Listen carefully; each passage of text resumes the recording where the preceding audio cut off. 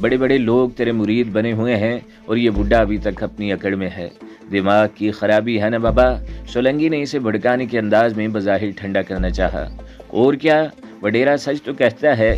وڈیرا سولنگی کے منشی نے اپنے مالک کا اشارہ سمجھ کر اپنا کام شروع کر دیا۔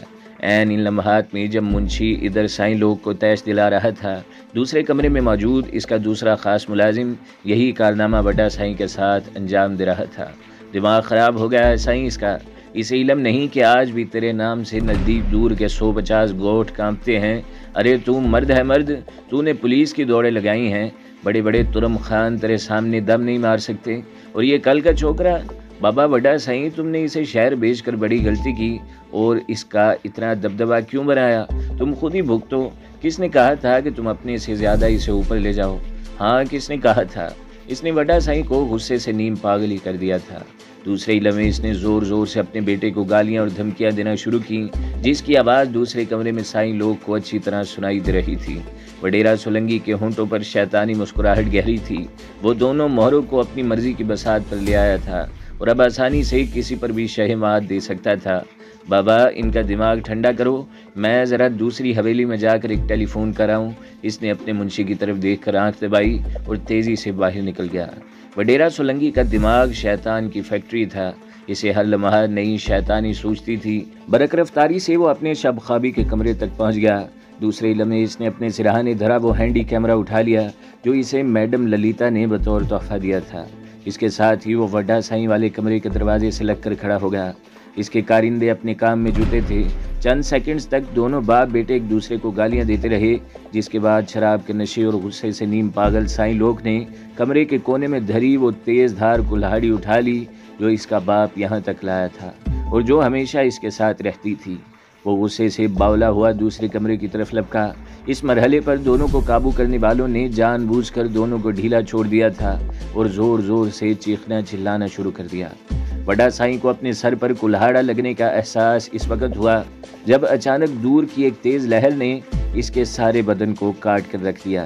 یہ حملہ سائیں لوگ کی طرف سے اتنا اچانک اور بھرپور تھا کہ ایک ہی بار میں اس کی گردن ڈھلک گئی۔ ارے بابا، یہ ظلم نہ کرو، یہ ظلم نہ کرو۔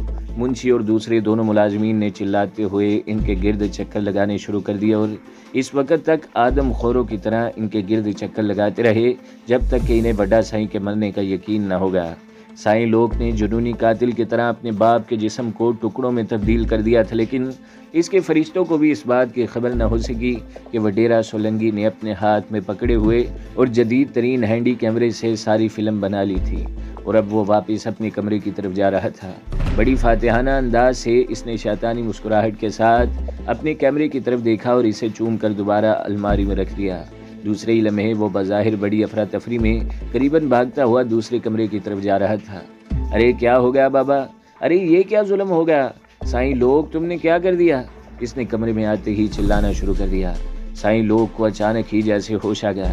واقعی اس سے بڑا پاپ ہو گیا تھا اور وہ یہاں رنگے ہاتھوں پکڑا بھی گیا۔ وہاں شہر میں تو کوئی اور بات تھی، لیکن یہاں اس کا سارا نشہ ہرن ہو گیا تھا۔ خون میں لت پت اس کے باپ کی لاش اس کے آنکھوں کے سامنے پڑی تھی۔ اس نے زندگی میں ابھی تک کوئی قتل نہیں کیا تھا، یہ اس کا پہلا قتل تھا، اور مقتول بھی کون؟ اس کا باپ۔ سائیں لوگ سہم گیا۔ بابا، کوئی گھبرانے کی بات نہیں ہے، یہاں چڑیا بھی پر نہیں مار سکتی، کسی کو علم نہیں ہوگا۔ بابا سائیں لوگ، تم جاؤ دوسری حویلی میں اس کا بندوبست کرتا ہوں۔ اس کے ساتھ ہی اس نے منشی کی طرف دیکھ کر آنکھ دبائی تھی۔ سائیں لوگ کو مہمانوں کی حویلی میں لے جاؤ، اس کی خدمت کرو، خبردار اسے ناراض ہونے کا موقع نہ ملے۔ ارے جاؤ بابا، میرا منہ کیا دیکھتے ہو؟ چلو سائیں لوگ، بابا چلو۔ منشی نے حیران پریشان سائیں لوگ کا بازو پکڑا اور اسے دوسری طرف لے گیا تھا۔ تھوڑی دیر بعد ہی وہ سائیں لوگ کے ساتھ دوسری حویلی میں موجود تھے۔ یہ حویلی وڈیرا سولنگی کے انتہائی خاص مہمانوں کے لیے مخصوص تھی، جہاں اس کے تمام ملازم بھی نہیں جا سکتے تھے۔ یہاں بہت کم لوگوں کو داخلے کی اجازت تھی۔ اس حویلی پر جنگل میں منگل والا محاورہ بالکل صادق آتا تھا۔ سندھ کے اس دور دراز گوٹھ میں جہاں لوگوں کو زندگی کی عام سہولتیں بھی ڈھنگ سے میسر نہیں تھیں، جہاں کسی خوش قسمت دیہات تک ہی سڑک جاتی دکھائی دیتی تھی، وہاں میلوں کچے پکے راستوں پر چلنے کے بعد لوگ گھروں تک پہنچتے تھے اور ضروریات زندگی کے حصول کے لیے بھی انہیں اسی طرح میلوں پیدل سفر کرنا پڑتا تھا۔ ایسے علاقے میں یہ حویلی اپنے دامن میں کسی بھی 5 اسٹار ہوٹل کی تمام سہولیات سے لیس تھی۔ یوں تو MP ہونے کے ناطے وڈیرا سولنگی کے گاؤں تک بجلی کی خصوصی سپلائی بحال رہتی تھی اور اپنے اثر و رسوخ اور دھونس دھاندلی سے اس نے ناقابل یقین سہولتیں حاصل کر رکھی تھی، لیکن اس حویلی میں تو بطور خاص اس کا اہتمام کیا گیا تھا کہ یہاں 24 گھنٹے بجلی کی سپلائی بحال رہے، جس کے لیے 3 مختلف ٹرانسفارمروں سے براہ راست لائن یہاں تک لائی گئی تھی تاکہ ایک لائن پر بجلی آف ہونے کی صورت میں متبادل سپلائی بحال رہے۔ وڈیرا سولنگی نے ڈیزل جنریٹر اس کے علاوہ رکھا ہوا تھا جس میں آدھے گاؤں کو بجلی پہنچانے کی استعداد موجود تھی۔ منشی نے سائیں لوگ کو یہاں خاص مہمان کی حیثیت سے اس مہمان خانے کے مینیجر کے حوالے کیا تھا، جو سائیں لوگ کو ایک لگژری کمرے میں لے آیا جس کے دروازوں پر ننگی تصاویر نے سائیں لوگ کو تھوڑی دیر پہلے کے سارے واقعات بھی بھلا کر اس پر دوبارہ شراب کا نشہ سوار کر دیا۔ شام گئے تک سائیں لوگ آرام دہ پلک میں دھنسا ٹھنڈے کمرے کے ماحول میں سوتا رہا۔ شام ڈھلے سے وڈیرا سولنگی کی طرف سے پیغام ملا کہ رات کے کھانے پر وہ اس سے ملاقات کرے گا۔ شام ڈھلے جو ویٹرس سائیں لوگ کے لیے بیئر لے کر آئی، اسے دیکھ کر سائیں لوگ کو یقین نہیں ہو رہا تھا کہ وہ کسی گوٹھ میں موجود ہے۔ ایسی کتالہ تو اس نے شہر میں بھی نہیں دیکھی تھی۔ کافی دیر تک وہ سائیں لوگ کے اعصاب پر سوار رہی، پھر جس طرح ٹہلتی ہوئی آئی تھی اسی طرح واپس لوٹ گئی۔ اس کے سامنے بڑی اسکرین کا ٹی وی موجود تھا جس کا رابطہ چھت پر رکھی بڑی ڈشوں سے تھا اور سائیں لوگ کے لیے 60-70 سے زیادہ بین الاقوامی چینل دیکھنے کی سہولت موجود تھی۔ اس نے ریموٹ پکڑا اور یہ کے بعد دیگرے اسے دباتا چلا گیا۔ واہ وڈیرا سائیں واہ، تم نے تو جنگل میں منگل بنا دیا ہے۔ بے ساختہ اس نے دل ہی دل میں وڈیرا سولنگی کو خراج تحسین پیش کیا اور ایک یورپی چینل پر موجود برہنہ لڑکیوں پر نظریں جما دی جو اس کی آنکھوں کے راستے اب اس کے دل و دماغ پر قابض ہو رہی تھی۔ مانک شاہ کے وہم و گمان میں بھی یہ بات نہیں رہی تھی کہ اس طرح اچانک اس کے ڈیرے میں وڈیرا سولنگی اس کی ملاقات کو آئے گا۔ ایک لمحے کے لیے تو وہ گڑبڑا کر رہ گیا۔ وڈیرا سولنگی اس کی پارٹی کا سربراہ ضرور تھا، لیکن اس کا شمار بہرحال مانک شاہ کی بکس میں نہیں تھا، کیونکہ وڈا سائیں وڈیرا سولنگی کے بلبوتے پر ہی اس کے سامنے سینہ سپر تھا۔ اگر وڈیرا سولنگی اس کے سر سے ہاتھ اٹھا لے، مانک شاہ اسے کتے کی موت مروا دے۔ وڈا سائیں کی حرکتوں پر کبھی کبھی اس کا خون کھول اٹھتا تھا، خصوصاً جب سے اس نے سیاست میں منہ مارنا شروع کیا تھا اور نزدیک دور کے دیہاتوں میں یہ افواہ پھیلا دی کہ سال کے آخر میں ہونے والے انتخابات میں پارٹی کا ٹکٹ اسے ملے گا، تو مانک شاہ پر بھی غصہ سوار رہنے لگا تھا۔ یہ اس کی آبائی سیٹ تھی۔ اس سیٹ پر وہ اپنے دادا کے زمانے سے مقامی ہاریوں پر حکومت کرتا آ رہا تھا۔ اگر وڈیرا سولنگی اس مرتبہ اس کے مقابلے میں پارٹی ٹکٹ وڈا سائیں کو دے دیتا تو اس کی سیاسی ساکھ تباہ ہو جاتی، جس کے بعد اس کا اس گوٹھ میں رہنا بھی ممکن نہ رہتا۔ مانک شاہ دن رات اس فکر میں گلتا رہتا تھا کہ کبھی سے موقع ملے اور وہ وڈا سائیں کو سبق سکھائے۔ اس نے مکمل منافقت کے ساتھ اپنے ہونٹوں پر مسکراہٹ سجا کر اور دونوں باہیں پھیلاتے ہوئے بظاہر بڑے کھلے دل سے اس کا استقبال کیا تھا، جس کے بعد وڈیرے کے خاص اشارے پر اس نے باقی لوگوں کو وہاں سے ہٹا دیا۔ جی سائیں حکم۔ تخلیہ ہوتے ہی مانک شاہ نے بڑی عاجزی کا مظاہرہ کیا۔ مانک شاہ بابا، تمہارا شمار پارٹی کے خاص لوگوں میں ہوتا ہے۔ مجھے تو کل ہی پتہ چلا کہ وڈا سائیں نے یہاں بہت غلط باتیں پھیلا رکھی ہیں۔ یہ ذات کا کمین، اس کی ہمت کیسے ہوئی کہ وڈیرا بننے کا خواب دیکھے؟ بابا یہ تو بہت غلط بات ہے، اس طرح تو ہر کوئی ہاری ہمارے مقابلے میں اٹھ کھڑا ہوگا۔ وڈیرا سولنگی نے مونچھوں کو الٹے ہاتھوں سے اٹھاتے ہوئے کہا۔ سائیں آپ نے تو میرے دل کی بات کہہ دی۔ مانک شاہ پھٹ پڑا اور اس نے وڈیرا سولنگی کے سامنے اپنا دل چیر کر رکھ دیا، اس تک اپنا گلہ بھی پہنچا دیا۔ بس کرو ادا سائیں، بس کرو، میں سب سمجھ گیا۔ میں نے پہلے یہی فیصلہ کر لیا ہے، آج ہی اسے پار کروا دیتا ہوں۔ بندہ میرے پاس ہے اور وڈا سائیں بھی میری حراست میں ہے۔ بس تم 10 لاکھ کا بندوبست کرو، باقی سب کچھ میں سنبھال لیتا ہوں۔ اس نے مانک شاہ کی بات کاٹ کر حتمی فیصلہ بھی سنا دیا۔ مانک شاہ کے لیے وڈا سائیں کے سر کی قیمت 10 لاکھ کچھ زیادہ نہیں تھی، لیکن وہ بھی مقامی وڈیرا تھا اور اتنی جلدی قابو آنے والا بھی نہیں تھا۔ وڈیرا سائیں، میرے حالات تو آپ جانتے ہیں، ہر ماہ 2-3 لاکھ تو یہی کم بخت کھا جاتا ہے، کچھ کم ہو جائے تو مجھ پر بڑا احسان ہوگا سائیں، اس نے بڑی لجاجت سے کہا۔ ٹھیک ہے، تمہارا کچھ حصہ میرے پاس بھی ہے، پار کے دوستوں نے بھیجا ہے۔ تم اس طرح کرو سائیں کہ 7 لاکھ دو اور باقی معاملہ میں دیکھتا ہوں۔ بس اب دیر نہ کرو، مجھے جلدی واپس جانا ہے، اور ہاں میرے اس دورے کا علم تمہارے ڈیرے سے باہر نہیں ہونا چاہیے۔ وڈیرا سولنگی نے قیمتی سگار سلگاتے ہوئے کہا۔ جو حکم سائیں، جو حکم، اگر رک جائے تو، مانک شاہ نے ہاتھ باندھتے ہوئے کہا۔ مانک شاہ، تم سے 2 روز کے بعد ایک بڑی پارٹی لوں گا، بس تم کل ہی یہ خبر سن لینا۔ پھر شہر میں پارٹی کا انتظام کر رکھنا۔ وڈیرا سولنگی نے کہکا لگایا، سائیں نوکر کیا اور نخرہ کیا، آپ کے تو ہم تابع دار ہیں سائیں، مانک شاہ نے کہا اور معذرت کر کے دوسرے کمرے میں چلا گیا۔ ایک لمحے کے لیے اسے خیال آیا کہ کہیں یہ بھی کوئی چال ہی نہ ہو، لیکن اگر یہ کوئی چال بھی ہے، اس نے سوچا، تو بھی اس کے لیے بڑی سیدھی پڑے گی۔ وجہ کچھ بھی رہی ہو، اسے وڈا سائیں کی لاش چاہیے تھی۔ اس کی موت سے ایک مرتبہ پھر وہ ایک گوٹھ کا بے تاج بادشاہ بن جاتا۔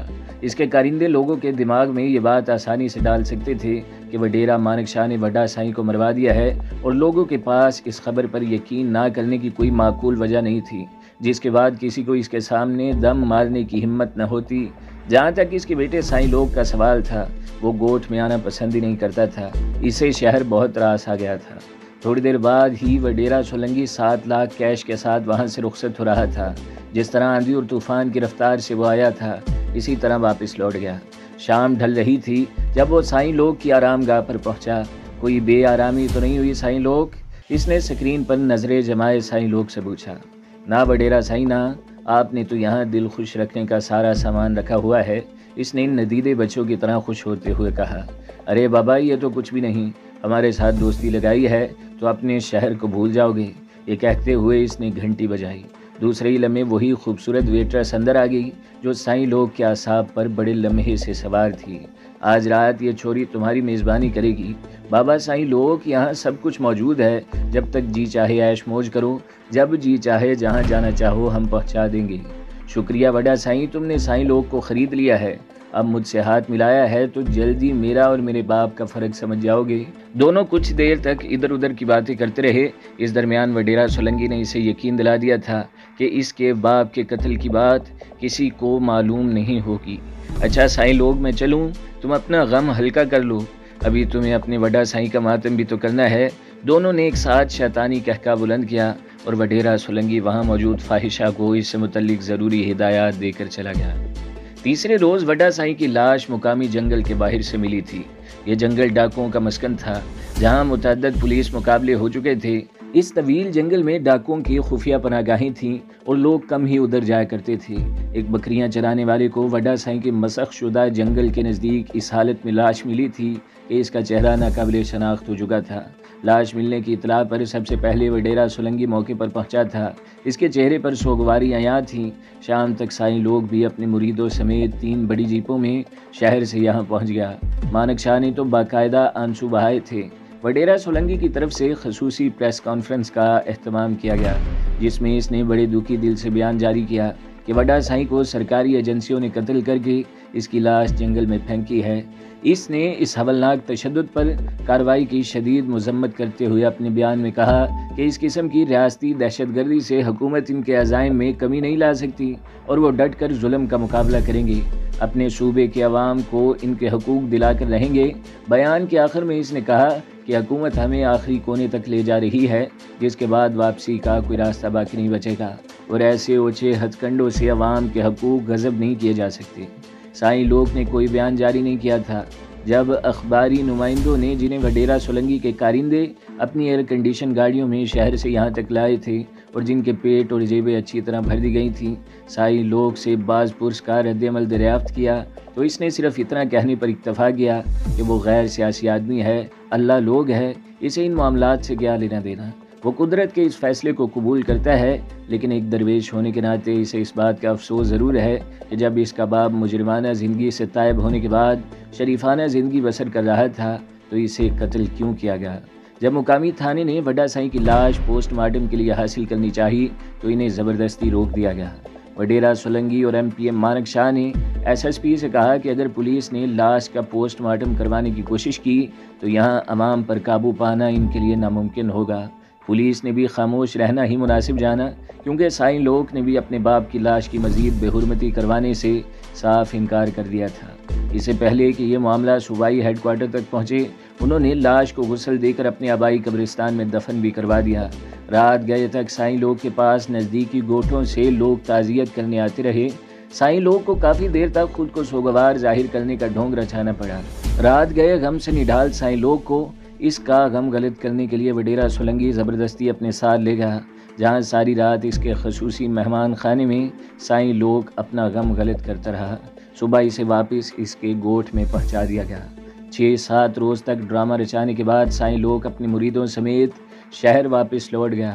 اس کے شہر پہنچنے کے دوسرے ہی روز وڈیرا سولنگی اور مانک شاہ بھی شہر پہنچ گئے، جہاں سائیں لوگ نے ان کی خدمت میں کوئی کسر نہیں چھوڑی تھی۔